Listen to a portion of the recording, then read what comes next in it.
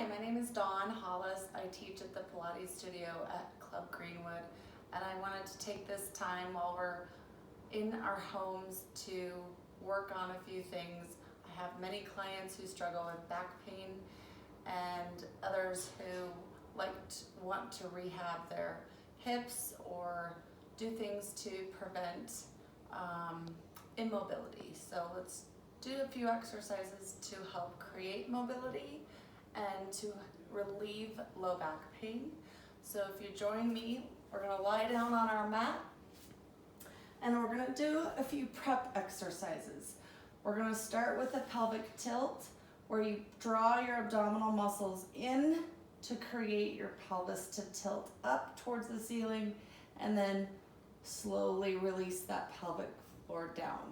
So you're pulling up with your pelvic floor up into your abdominal muscles. Maybe start to bring those hips a little higher each time and slowly roll down. Now while you do this, try not to let your shoulders roll forward. Keep your arms firmly pressed into the mat as you slowly begin to lift your hips a little higher with each repetition. Eventually bring your hips all the way up into a bridge, pulling your abdominal muscles in. Try not to let your hips shift back and forth as you roll down with control.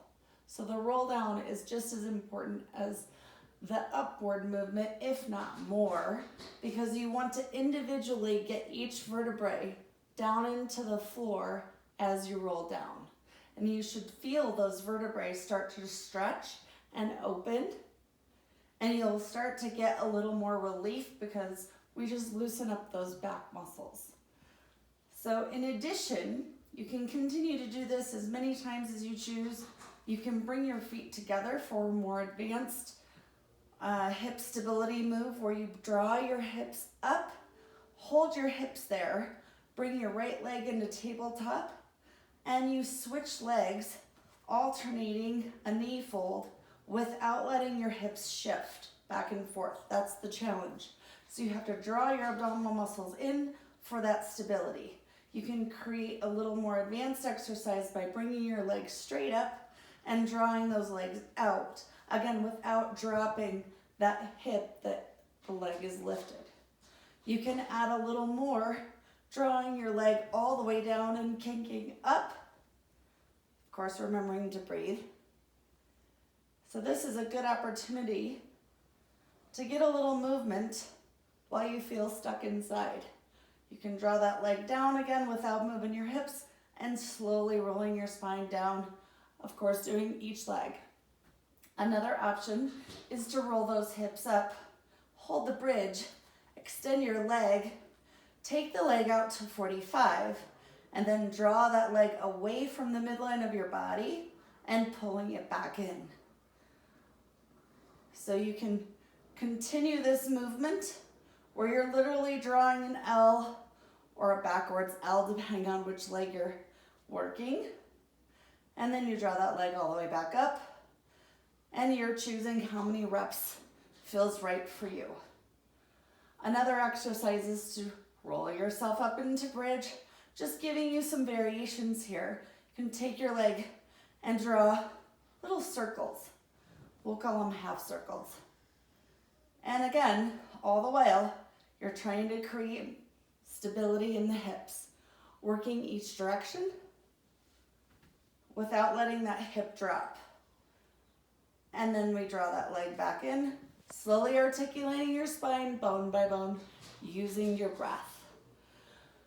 Another exercise that I like to do is to curl the head, neck, and shoulders up to prepare for the 100 and lower back down. So this creates shoulder stability. So you curl up nice and high and you roll down with control. You can do this with your legs on the floor or with your legs in tabletop. You can begin to hold this position and slowly draw your legs towards the floor, maintaining a neutral spine on the floor. Breathing, exhaling as you pull those legs back up. Let's do a few more here while we advance to the 100. a classical Pilates exercise, right? Working core stability. So it's 100 pumps. It's inhaling for 5 and exhaling for 5. You can bring your legs up to tabletop if your back is not able to maintain neutral spine, or you can come to bent knees, or if this is too much, just keep your feet on the floor. All the while, you're staying curled up over that bottom rib, and that is variations for the 100 and some hip work. So if you feel like you have any low back pain or you need some work in your hips, those are a couple options. Stay tuned for another video later on.